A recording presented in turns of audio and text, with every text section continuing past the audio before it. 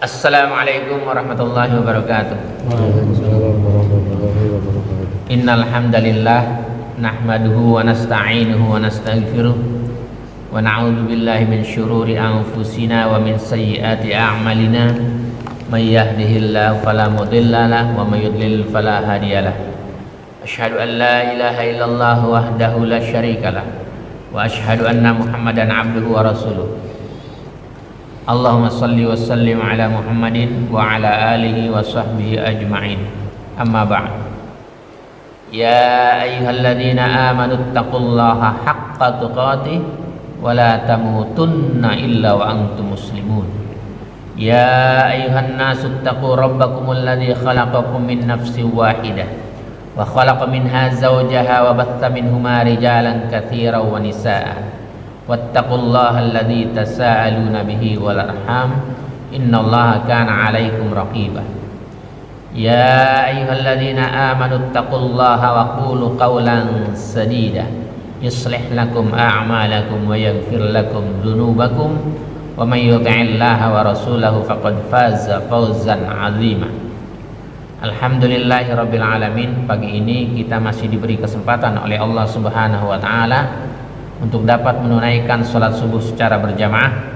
Kemudian kita lanjutkan dengan mentadaburi ayat-ayatnya dan mengkaji hadis Rasulullah Sallallahu Alaihi Wasallam yang hanya kepadanya lah kita berharap ridhonya, agar kita dan keluarga kita dijadikan oleh Allah Subhanahu Wa Taala ahlul Quran dan ahlul Jannah. Salawat serta salam semoga tercurah kepada Rasulullah Sallallahu Alaihi Wasallam, Muhammad bin Abdullah beserta keluarganya, para sahabatnya serta pengikutnya yang senantiasa menegakkan sunnah-sunnah Rasulullah Sallallahu Alaihi Wasallam hingga akhir kiamat kelak. Mari sama-sama kita buka dengan bacaan basmalah. Bismillahirrahmanirrahim. Hari ini hari Jumat ya. Hari Jumat kita lanjutkan pelajaran masih tentang pernikahan ya. Pernikahan. Ada pernah dengar walimah gitu ya? Walimah. Apa sih walimah tuh? Pesta. Apalagi tuh? Bener nggak walimah tuh pesta ya?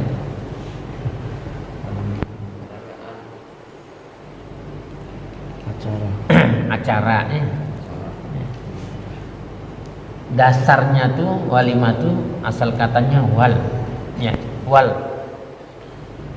yang berarti pengumpulan karena suami dan istri berkumpul. Walimah adalah makanan dalam pesta pernikahan secara khusus. Secara khusus itu walimah pengumpulan makanan ya. Jadi makanan dalam pesta pernikahan secara khusus ya. Walimah juga adalah makanan pesta pernikahan atau setiap makanan yang dibuat untuk undangan dan lainnya walimah ya. Jadi artinya juga membuat makanan ya. Artinya membuat makanan. Kalau pesta pernikahan itu apa namanya? Walimah apa namanya? Walimatun nikah. Walimatun nikah. Walimatun sunat. Walimatul urus katanya gitu. Nyebutnya udah salah juga ya kan. Jadi ulama sepakat ya bahwa walimah itu adalah sunnah muakkadah, sunnah yang mendekati kewajiban, itu walimah ya. Senang-senang. Iya, makanya kalau ada orang yang nikah, kita juga bahagia, kita harus bahagia ya. Jangan praktis. Tapi yang suka sakit hati karena calonnya diambil orang itu ya kan, jadi sakit hati juga gitu ya kan gitu. Ini ada dalil yang menyatakan bahwa Rasulullah Sallallahu Alaihi Wasallam itu bersabda kepada Abdurrahman bin Auf. Abdurrahman bin Auf itu termasuk sahabat Nabi yang dikategorikan kaya raya, ya kan? Kenapa sih Rasulullah bersabdanya kepada Abdurrahman bin Auf? Kata Nabi, "Aulim walau bisyatin." Aulim walau bisyatin. Adakan walimah meskipun dengan seekor kambing. Jadi kalau kita mau nikahin anak kita ya, perempuan atau laki-laki, meskipun dengan seekor kambing, boleh nggak sapi? Boleh. Boleh, lebih baik sapi. Tapi kalau akikah dengan kambing, boleh nggak dengan sapi? Nggak boleh. Itulah ketetapan, itulah aturan. Gitu. Mentang-mentang kaya akikah anaknya pakai sapi, kan nggak ada dalilnya itu, nggak ada contohnya. Wih, mentang-mentang kaya dia juga akikah anaknya lahir perempuan apa laki-laki? Perempuan. Saya mau akikah onta gitu. Gitu. Sama kayak sekarang. Kalau caranya salah pasti juga orang yang normal bilang nggak benar, betul nggak? Kalau ditanya, kau akikah, kalau ada orang akikah pakai sapi boleh nggak? Kamu sudah langsung jawab, nggak boleh. Kenapa? Itu bukan aturan, gitu kan? Kenapa kamu kurban? Nggak begini caranya. Itu bukan aturan, tapi kan kebiasaan. Jadi kalau ada orang kaya kebiasaan akikah pakai sapi, boleh jadinya gitu. Bukan karena kebiasaan Islam itu, gitu ya. Begitu juga kita kalau mengadakan pernikahan sekalipun mewah gitu, minimal motong kambing. Gitu. Dulu kamu waktu nikah motong kambing nggak? Jadi daging doang nggak pernah. Kamu nggak motong kambing? Kamu? Kamu? Besok motong kambing semua kamu motong kambing ya. Saya motong sapi. Hah? Motong sapi. Motong sapi boleh, gitu. Motong sapi keren itu namanya masukin gitu. Minimal motong kambing. Minimal motong kambing. Ayam boleh nggak? Boleh. Bukan nggak boleh. Motong ayam boleh nggak? Boleh. Motong berita dagingnya.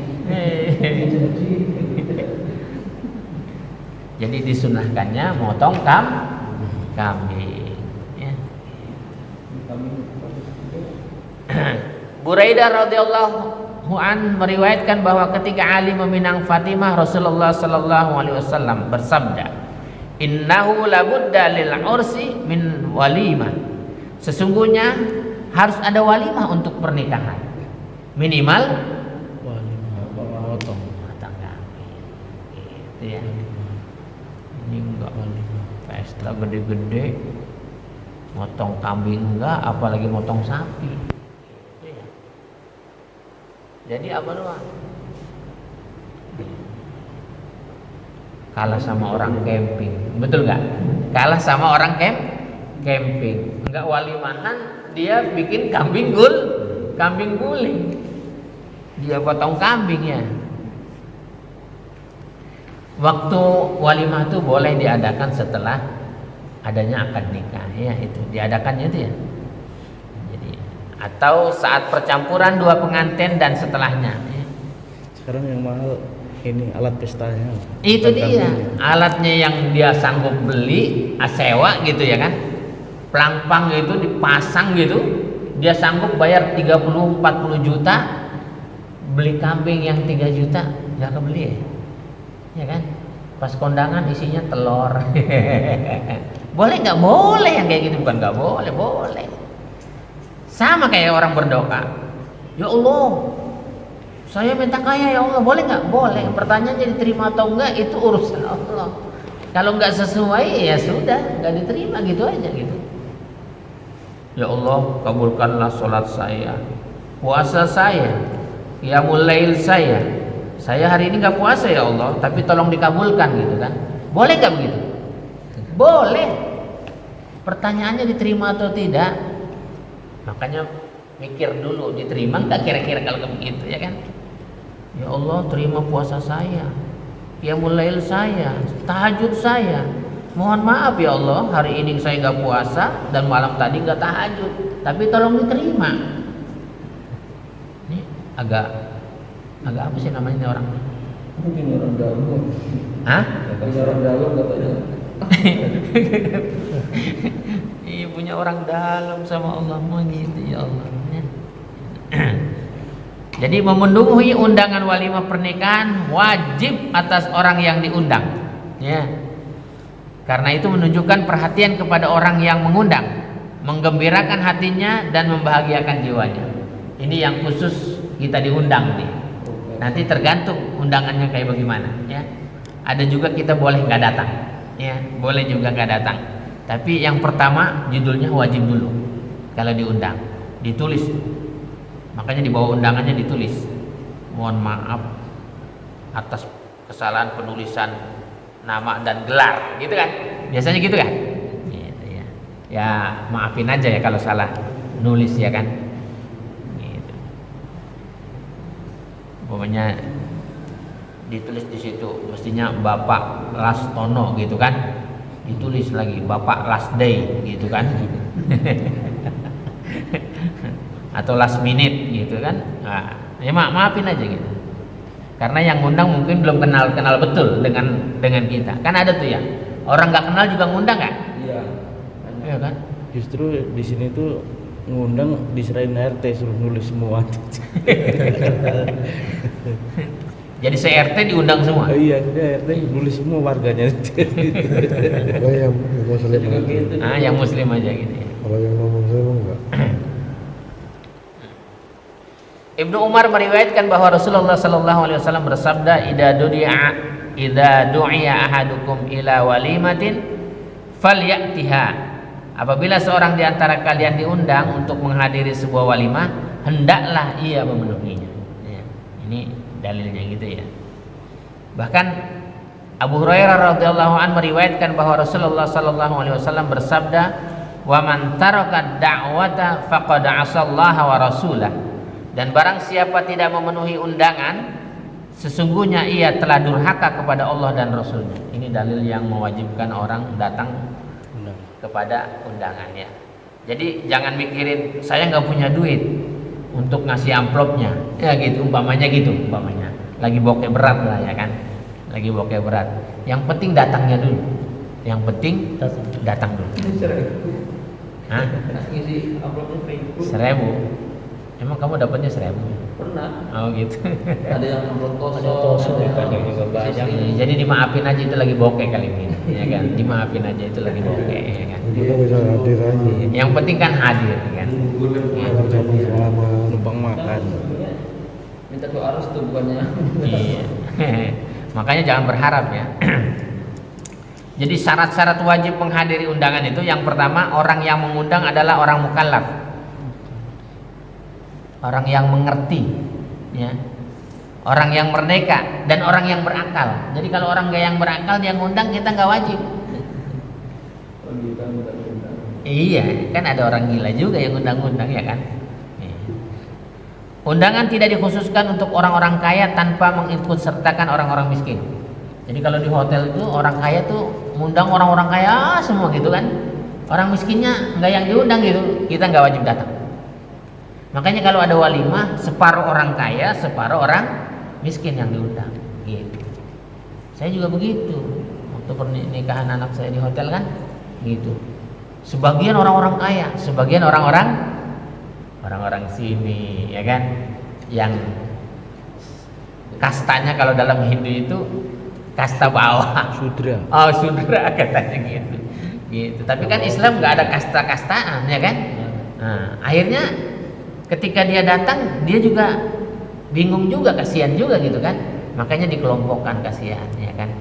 Gitu. Karena dia mungkin mawas diri ya. Makanya kalau yang minder-minder gitu, kita sebagai orang yang ngundang, dia harus lebih dihormati, dijemput, bilang sini pak, sini pak, sini ibu, silakan duduk, silakan makan. Kan biasa kalau dia mau ngambil sendiri di prasmanan kan malu mungkin ya kan, kita bilangin panitia, ambilin itu orang-orang itu, ya, apalagi orang-orang yang susah sekali gitu, kan dia malu gitu ya. Dia malu. Tapi kalau diundang orang yang miskin rata-rata malu. Tapi kalau orang kaya kenapa serakah-serakah ya? Kira-kira gitu ya. Hah? Biasanya kalau orang kaya malu. Iya kan dia udah biasa. Kan biasanya gitu, mawas diri. Kalau orang miskin rata-rata malu. Malu-malu ya. Karena bloknya cuma tipis. Tipis ya, Yang terasa kaya ya. tebel, jadi nggak malu. Katakan aku pelakunya. Orang yang mengundang adalah orang muslim, ya. Menurut pendapat yang paling benar itu orang muslim, ya. Undangan dikhususkan pada hari pertama menurut pendapat yang terkenal. Undangan tidak didahului oleh undangan yang lain. Jadi kalau ada undangan dua, yang pertama yang harus didatangi, gitu, ya. Jangan dibalik-balik, ya kan? Kalau yang pertama yang undang orang biasa, yang kedua kasta tinggi gitu, dia datang yang kedua. Apalagi kalau model saya gitu, pas benturan nih khutbah Jumat, satu masjid yang besar, satu masjid yang di kampung gitu. Padahal dia dulu yang undang nih. Kira-kira milih yang mana? Mengundang dulu. Yang duluan. Ya mestinya begitu. Mestinya yang duluan ngundang gitu. Bilang, mohon maaf hari ini saya nggak bisa datang karena berbenturan jadwal. Gaya benerin sih, ya kan? Gitu. Malah suka nyuruh juga, badalin katanya gitu. Yang gitu-gitu nggak boleh, ya. Jadi mengundang orang-orang kaya tanpa melibatkan orang miskin itu nggak benar itu, ya. Jadi makruh mengundang orang-orang kaya untuk menghadiri walimah tanpa melibatkan orang-orang miskin. Nanti kalau kamu menikahkan anak-anakmu, jangan enggak tuh orang-orang miskin. Jangan dipilihin yang kaya-kaya diundang gitu, ya kan? Gitu. Yang kaya lupa lagi bawa amplopnya, ya kan? Gitu, ya. Bahwa Rasulullah SAW bersabda, makanan yang paling buruk adalah makanan walimah. Paling buruk, ya. Jadi makanan yang paling buruk adalah makanan walimah. Orang yang ingin menghadirinya tidak diundang. Ada orang-orang miskin pengen datang, dia nggak diundang justru. Gitu. Jadi itu makanan yang paling buruk. Sementara orang-orang yang tidak menginginkannya justru diundang untuk menghadirinya. Pembesar-pembesarnya diundang semua, ya kan? Gitu. Tinggal yang tetangga sebelahnya nih, ya Allah, gua nggak dapat undangan, gitu, ya. Itu makanan paling buruk gitu, ya. Dan barang siapa tidak memenuhi undangan, sesungguhnya ia telah durhaka kepada Allah dan Rasulnya. Kalau dia tidak memenuhi undangan, kalau undangannya benar, maka dia durhaka kalau dia nggak datang, ya. Jadi Abu Hurairah radhiyallahu an berkata, makanan yang paling buruk adalah makanan walimah. Orang-orang kaya diundang untuk menghadirinya, sementara orang-orang miskin ditinggalkan. Nggak boleh. Ya, jangan sampai begitu nanti. Dan walimah jangan mengganggu orang lain, ya. Jangan mengganggu orang lain, ya. Gitu. Ini enggak. Jalanan cuma satu-satunya itu. Dibikinin pelang-pang, orang nggak bisa lewat, pasang lagi di situ dangdutan gitu kan. Di situ ada lagi panggung dangdutan gitu. Jangan datang, jangan. Nggak usah dihadiri pernikahannya, nggak usah. Ya, yang kayak gitu-gitu nggak usah. Kenapa? Dia sudah nyusahin orang lain. Ya. Pertama pejalan kaki, orang yang lewat, apalagi kalau ada orang sakit, bahkan ada orang yang mau melahirkan, itu mau lewat mana dia jadi bingung itu. Itu terjadi di mana-mana, ya, banyak terjadi. Itu jangan, nggak usah datang gitu orang kayak gitu. Kita diundang gitu, diundang, di situ alamatnya, di tengah jalan gitu. Berarti bisa datang kalau? Hah? Bisa datang kalau? Bagusan nggak datang. Kalau di situ ada maksiat, lebih baik tidak datang. Kira-kira dangdut itu maksiat nggak? Maksiat. Maksiat. Itu kalau yang di kadang untuk jalan itu kita. Oh, nggak usah datang. Kan kalau kamu nggak punya uang, potong saja kambing walimah itu, betul nggak? Kalau kamu nggak punya uang, kalau kamu punya uang, sewa gedung. Ada nggak gedung pernikahan? Banyak. Disediakan nggak? Hotel-hotel bisa nggak? Bisa. Bisa. Gitu. Aula-aula bisa nggak? Bisa. Jangan di tengah jalan. Mobil sampai macet itu gara-gara dia. Terus dia minta tulisannya, mohon doa restu. Kan dia menginginkan doa dan restu. Sementara orang banyak yang melaknat. Apa dia bilang? Gak bisa liwat nih. Gitu. Jadi kalau nggak mampu jangan, gitu, ya. Kalau nggak mampu jangan. Jadi mudah-mudahan kita berdoa kepada Allah Subhanahu Wa Taala nanti agar menikahkan anak-anak kita gitu, paling tidak mengganggu kebebasan orang lain ya, jangan mengganggu. Dan siapapun orang yang mengganggu orang lain, siapapun dia, termasuk orang kafir sekalipun, kalau dia terganggu maka dia berdosa, apalagi dia mengganggu sesama muslim. Jadi jangan. Mudah-mudahan kita termasuk orang yang digolongkan mampu untuk meningkahkan anak-anak kita dengan caranya Rasulullah Sallallahu Alaihi Wasallam dan dicontohkan oleh para sahabat Rasulullah Sallallahu Alaihi Wasallam. Dan mudah-mudahan kita termasuk orang-orang yang digolongkan orang-orang yang bertakwa kepada Allah Subhanahu Wa Taala. Dan Allah masukkan kita ke dalam surga Aden yang mengalir di bawahnya sungai-sungai. Subhanakallahumma rabbana wa bihamdika asyhadu an la ilaha illa anta astaghfiruka wa atubu ilaik.